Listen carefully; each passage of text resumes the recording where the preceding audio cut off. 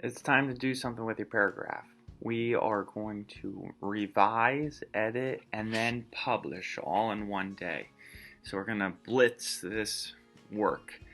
In this step of writing, the writing process, you'll work on the parts of your draft that need improvement. Use the peer review form that your classmate completed to help you.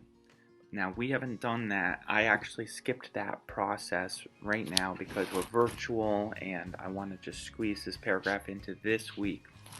So today we're going to try revising and editing just on our own.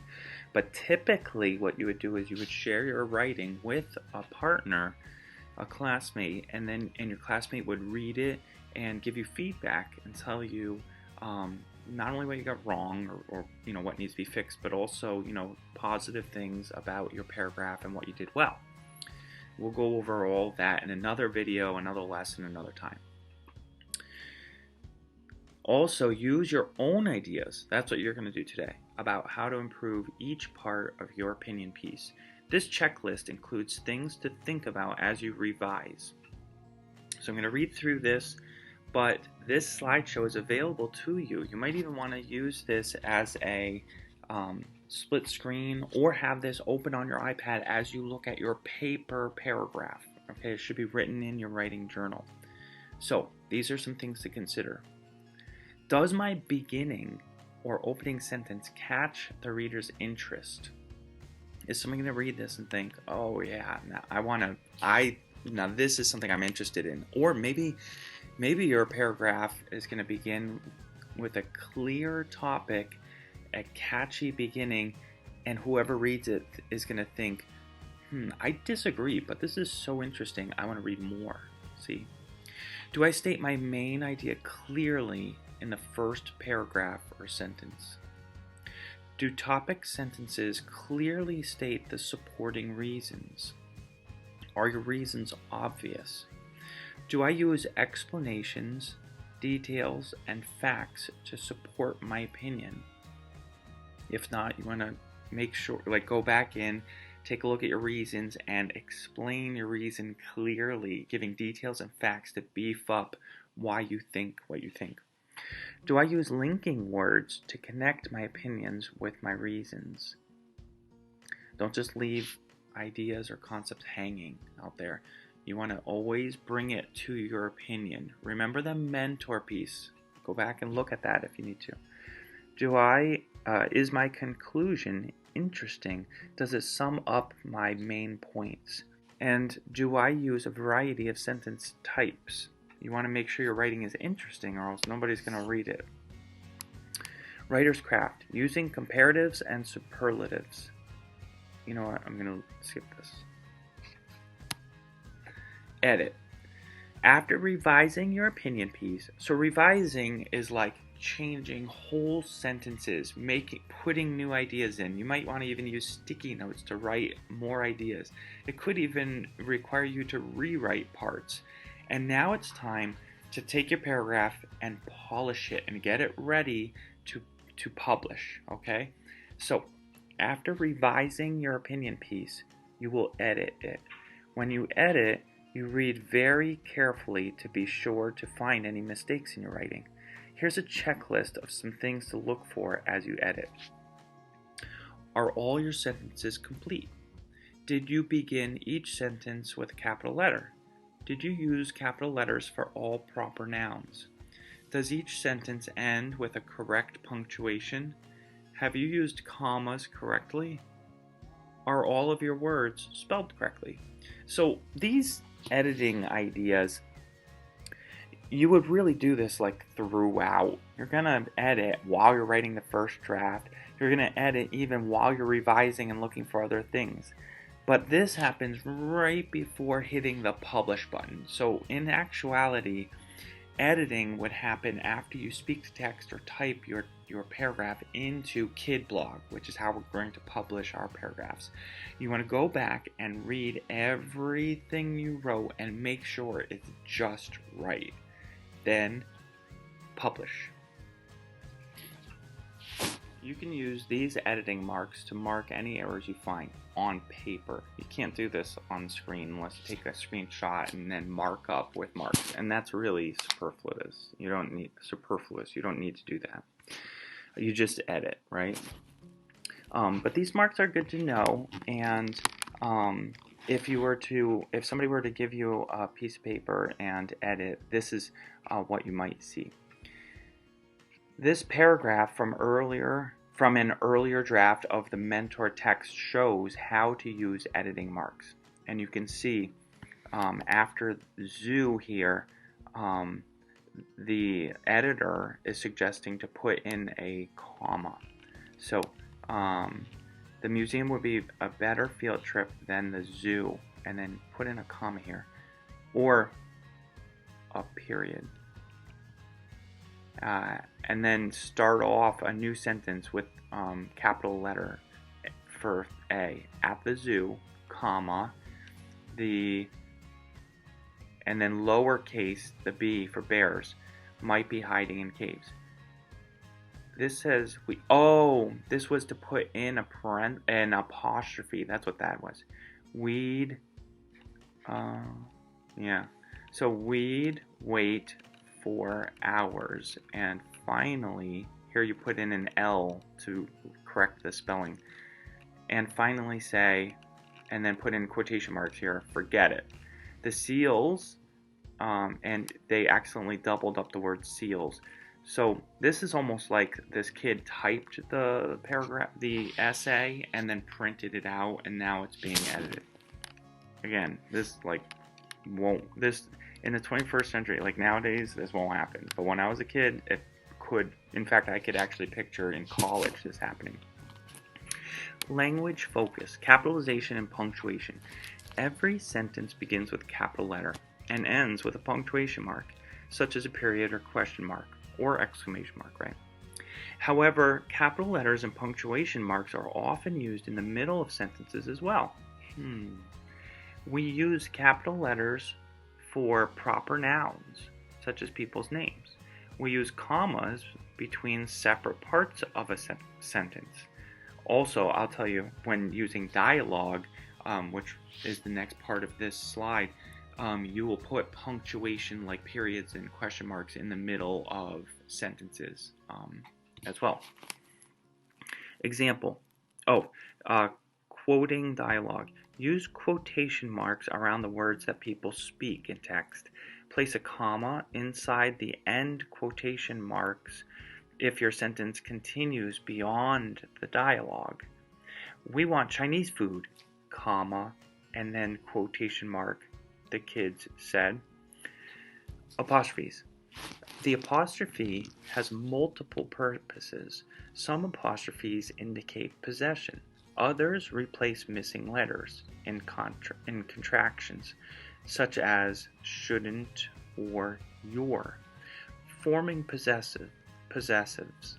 Add an apostrophe and an S at the end of a singular noun to form the possessive, showing ownership or possession. For plural nouns, place the apostrophe after the S that ends the word. Do not add an additional S.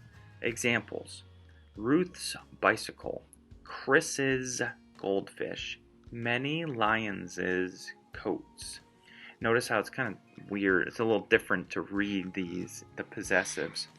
And notice here, Chris, even though his name ends in an S, you have to put an apostrophe S because there's only one Chris. All right, now, stuff to do. I put these stickers on some slides where you ought to take a screenshot and do something to engage in this lesson and show me that you were paying attention and listening. So, let's see what you're supposed to do here. The directions box over here says, read this section of the mentor text, circle each place where an apostrophe is used to form a possessive, draw a star next to each place where an apostrophe is used in a contraction. Basically, you're supposed to identify contractions and possessives. Give it a try. Read it to yourself, take a screenshot, mark it up. Follow these directions. Good luck. Here are a few more things for you to do, the next couple of slides. This one says, try it. Use what you've learned about capitalization and punctuation and underline the correct version of each sentence below. So you're going to read the sentence to yourself and then underline it if you think it's right.